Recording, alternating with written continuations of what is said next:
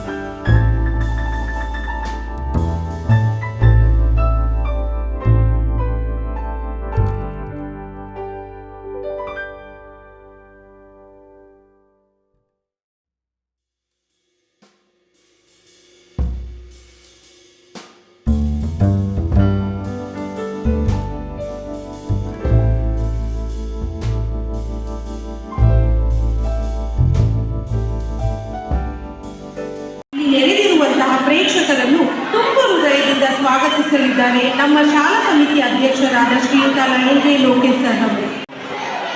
ಎಲ್ಲರಿಗೂ ಹೊಸ ವರ್ಷ ಹಾಗೂ ಮುಂಬರುವ ಸಂಕ್ರಾಂತಿ ಹಬ್ಬದ ಶುಭಾಶಯಗಳು. ಒಂದು ಬೆಳಕಿನಿಂದ ಇನ್ನೊಂದು ಬೆಳಕು ಮೂಡುತ್ತದೆ. ಒಂದು ಅಣತೆಯಿಂದ ನೂರಾರು ಅಣತೆಗಳು ಲೋಕವೇ ಸೃಷ್ಟಿಯಾಗುತ್ತದೆ.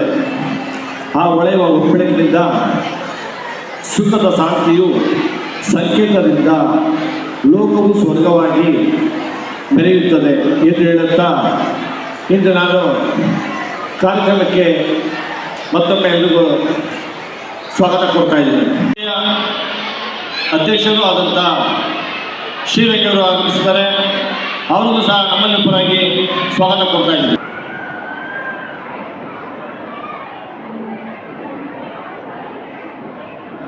ಕಾರ್ಯಕ್ರಮಕ್ಕೆ ಎಲ್ಲರಿಗೂ ತುಂಬ ಹೃದಯ ಸ್ವಾಗತ ಕೊಡ್ತಾ ಇದ್ದೀನಿ.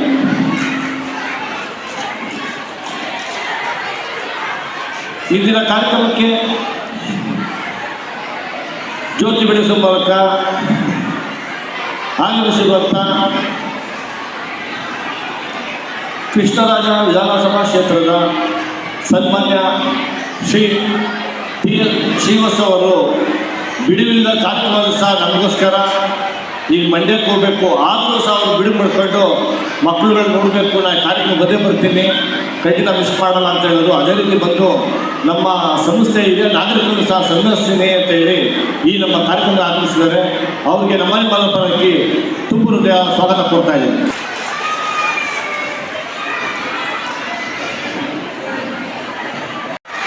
ಶ್ರೀಯುತ ರಂಗಯ್ಯನವರು ವೇದಿಕೆ ಮೇಲಿದ್ದಾರೆ. ಮುಖ್ಯ ಅತಿಥಿಯಾಗಿ ಏಕಲವ್ಯ ಪ್ರಶಸ್ತಿ ಪುರಸ್ಕೃತರಾದಂಥ ರೀನಾ ಜಾರ್ಜ್ ಅವರು ವೇದಿಕೆ ಮೇಲಿದ್ದಾರೆ.